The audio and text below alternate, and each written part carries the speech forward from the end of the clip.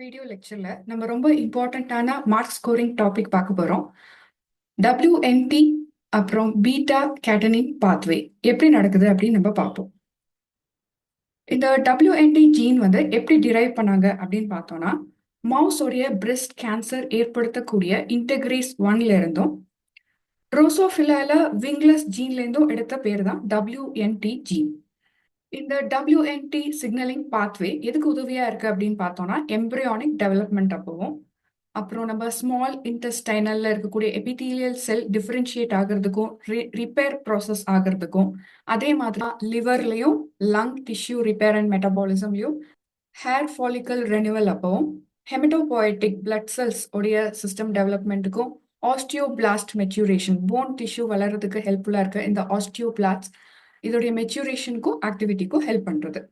இந்த WNT signalling பாத்வேல ஏதோ ஒரு டீரெகுலேஷன் நடந்ததுனா தான் நம்மளுக்கு டிசீசஸ் உருவாகும். அது என்னென்ன டிசீசஸ் அப்படின்னு பார்த்தோம்னா கேன்சர், அப்புறம் நான் கேன்சரஸ் டிசீஸான இந்த ஹேர் லாஸ், பிக்மெண்ட் டிஸார்டர், நிறமிகள் வந்து டிஸார்டர் ஆகிறது, wound ஹீலிங் ப்ராப்பரா இல்லாம இருக்கிறது, phone diseases, neuro degenerative diseases, அதுக்கப்புறம் குரோனிக் அப்ஸ்ட்ரக்டிவ் பல்மோனரி டிசீசஸ். இந்த WNT லிகாண்ட்ஸ் அந்த WNT ஜீன்லேருந்து உருவாகக்கூடிய இந்த WNT லிகாண்ட்ஸ் தான் எப்படி இருக்கும் அப்படின்னா சிஸ்டீன் ரிச் புரோட்டீனா இருக்கும்.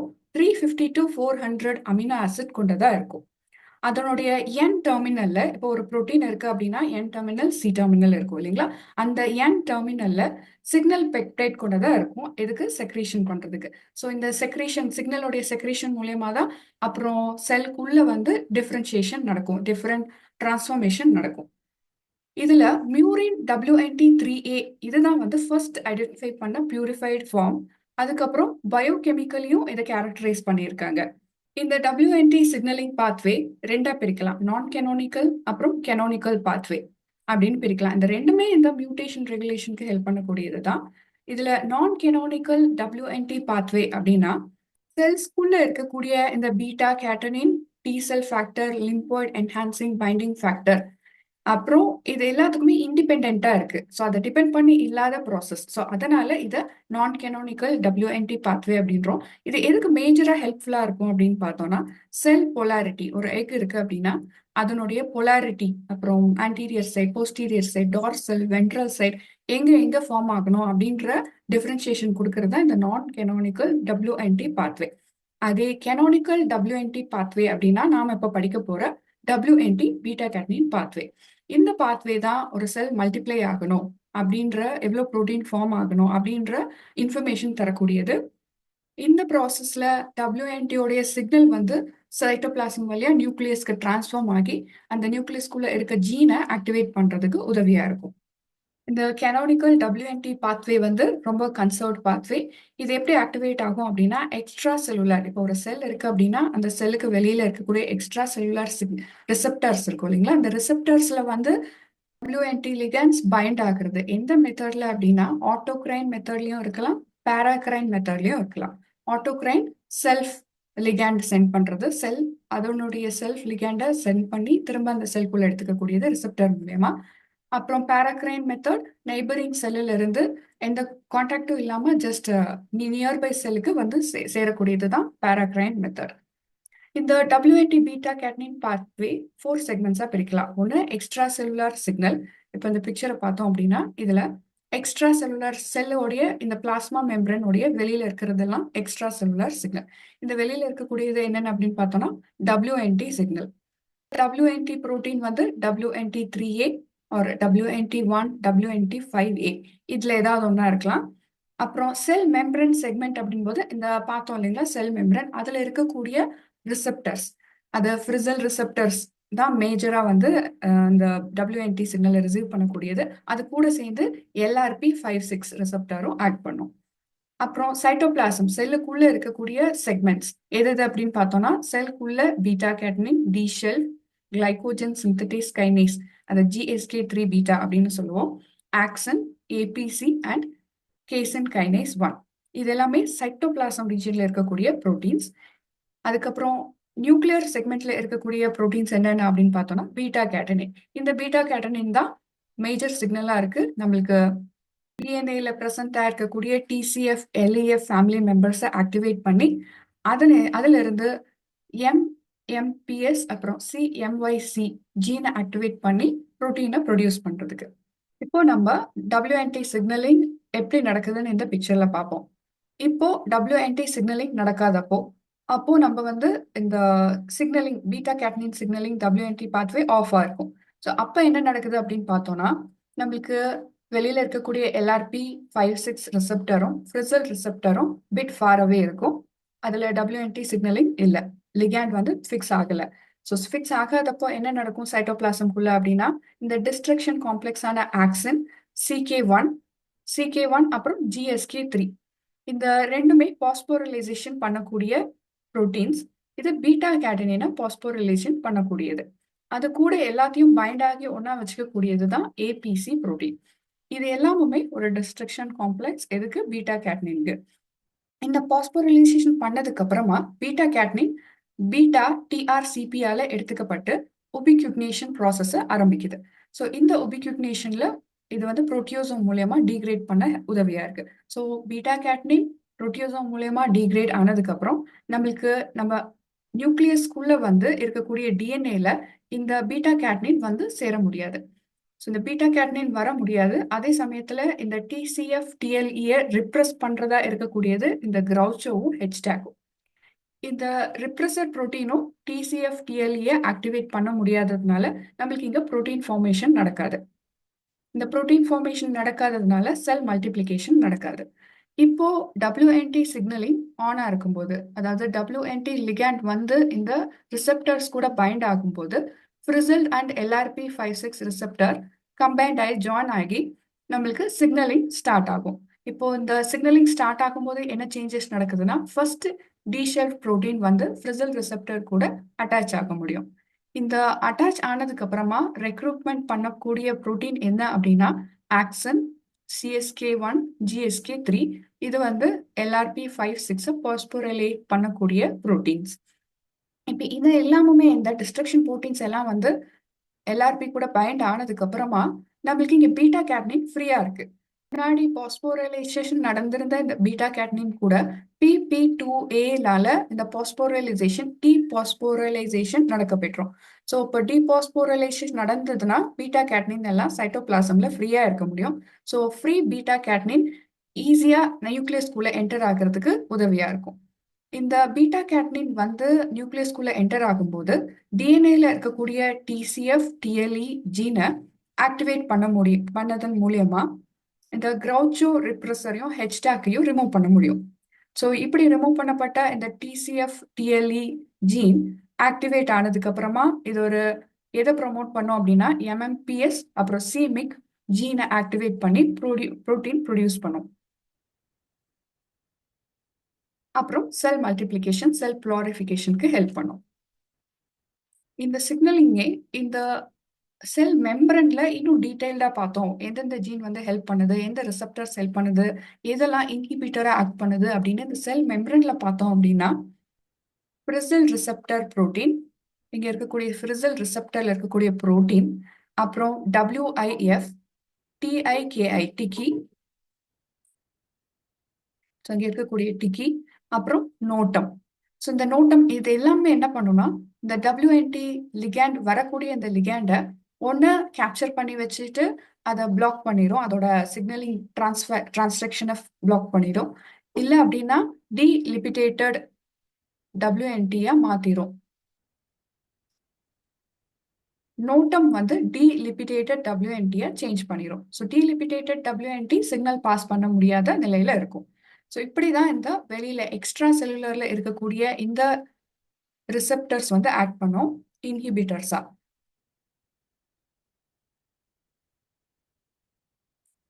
எக்ஸ்ட்ரா செல்லுலருக்கு அப்புறம் பார்த்தோம் அப்படின்னா இந்த செல் மெம்பரன்குள்ள இருக்க ரிசெப்டர்ஸ்.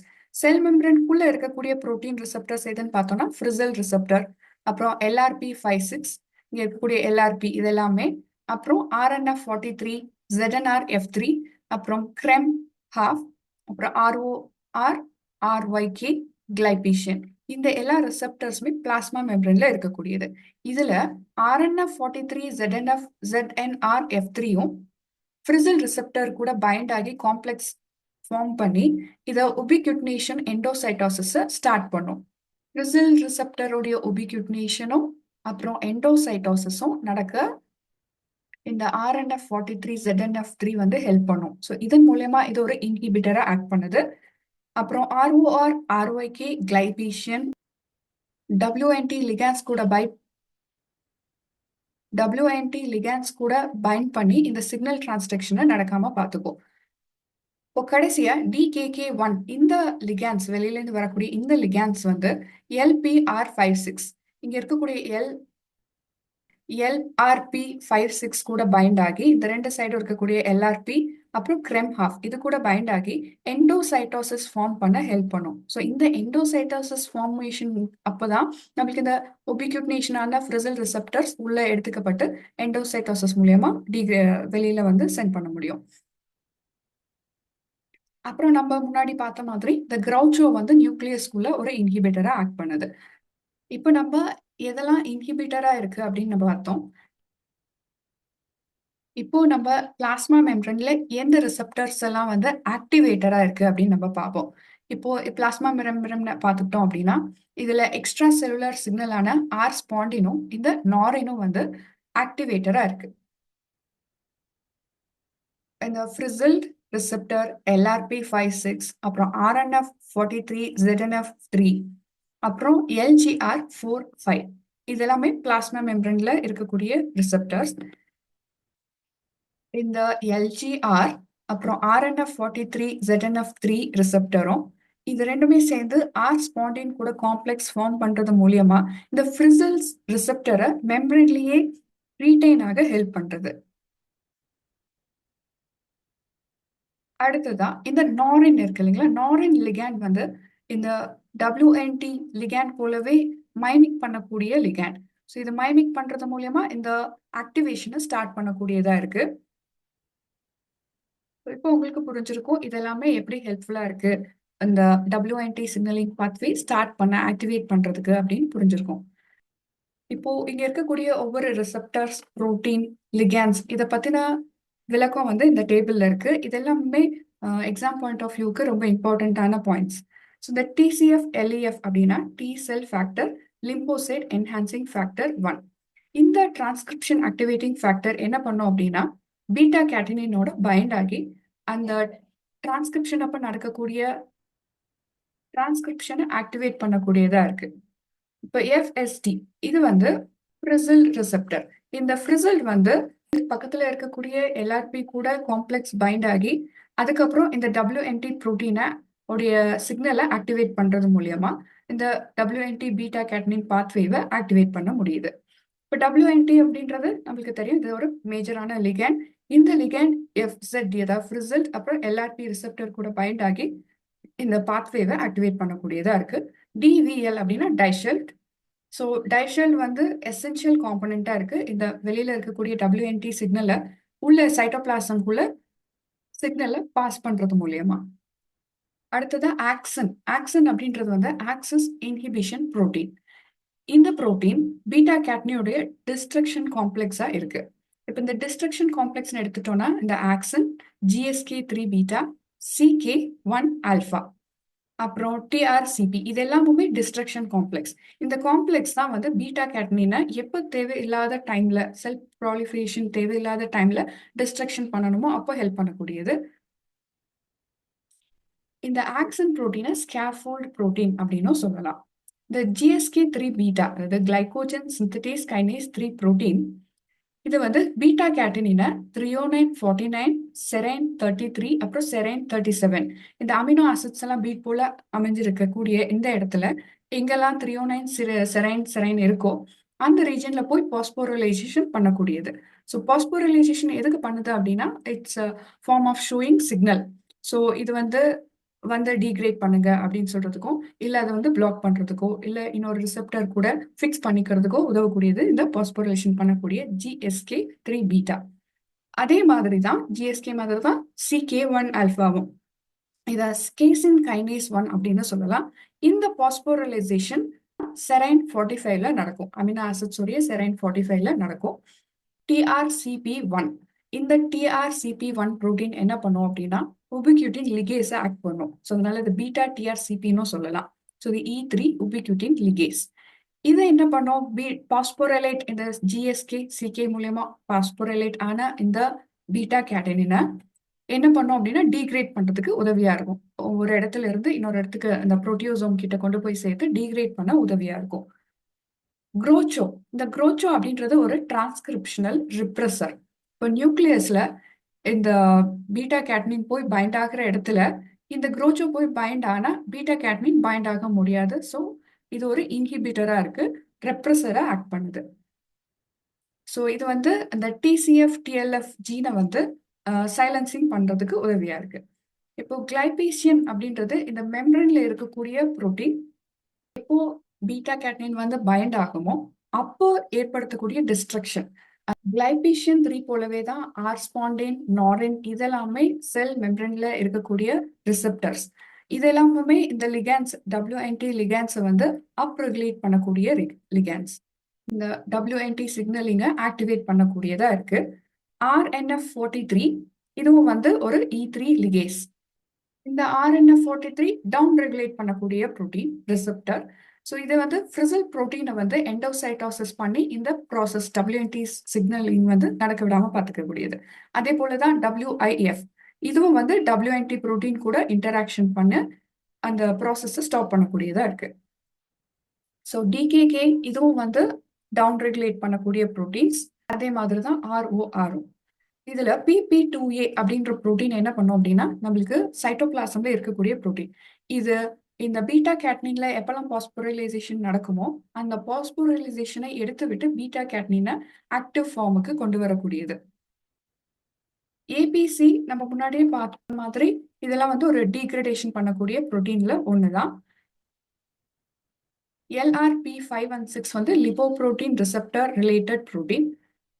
ஸோ WIF அப்படின்னா WNT இன்ஹிபிட்டரி ஃபேக்டர்.